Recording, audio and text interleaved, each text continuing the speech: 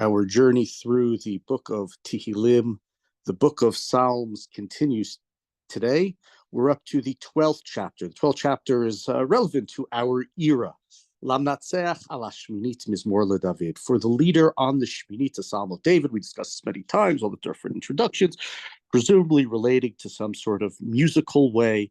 The leader of the organ, the leader, the band, the orchestra, whatever you want to call it, and a specific instrument. Some of them are a little easier when we know their names. Hoshia Adonai ki gamar chasid, ki fasu emunim mi bnei adam. Help me, God. Why? Because there are no more righteous people. The righteous people are gone. The emunim, the loyal, have pasu, they have vanished from amongst men. We've had this word Adam used a number of times, the last number of chapters. It's not just Anashim, it's Adam, it's all of humanity. Everybody is corrupt.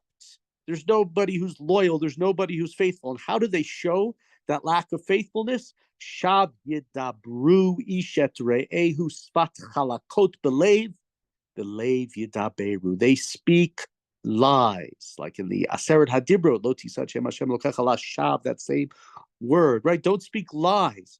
Their speech is chalak, right? It's smooth, it looks fine, but their talk is not honest in their heart.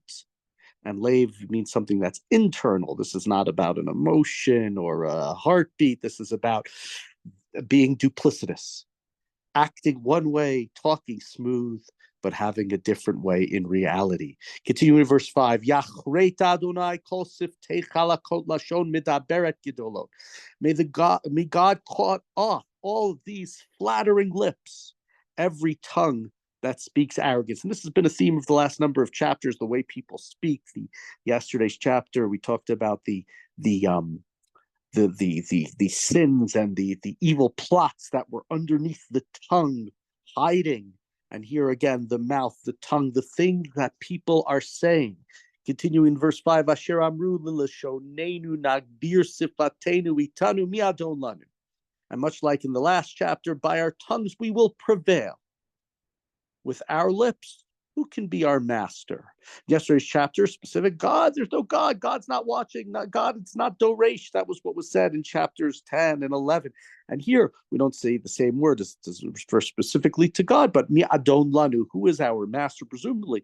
God, we can do what we want. Nobody knows what we're really saying. Nobody knows our plot. Nobody knows how we're going to cheat, and lie, and steal, etc., etc. Our lips are mighty. Our words are tricky. And everybody will fall for it. And it's interesting to think about, right? It's about people saying one thing, but knowing the truth is another thing. Sounds a lot like the world we live in over the last number of years. Fake news, what is true, what is not true, what is honest, what is not honest. Is that picture a real picture? Is it some AI image?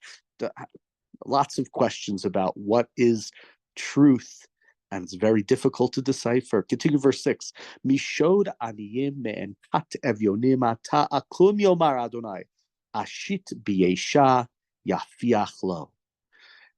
Right? We've had the groans, the crying out of the aniyim, of the poor, and the evyonim, the needy. And therefore, God, get up.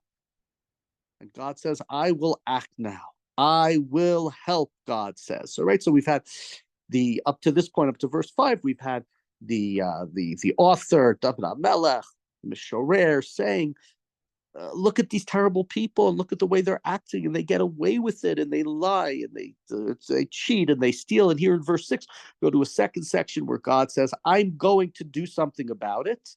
And we have that same sort of phrase, yafiach lo, in the sense, to blow them, to push them away, we had in the previous chapter. Now, as opposed, and here presumably we have now David Elimelech speaking again, as opposed to people who lie, who steal, who cheat. Their lips are full of duplicitous, lying information. We have the following pasuk zayin: Imrot Adonai amarot tehorot, kesef tzaruf ba'alil la'aretz, mizukak shivatayim. God's words are pure.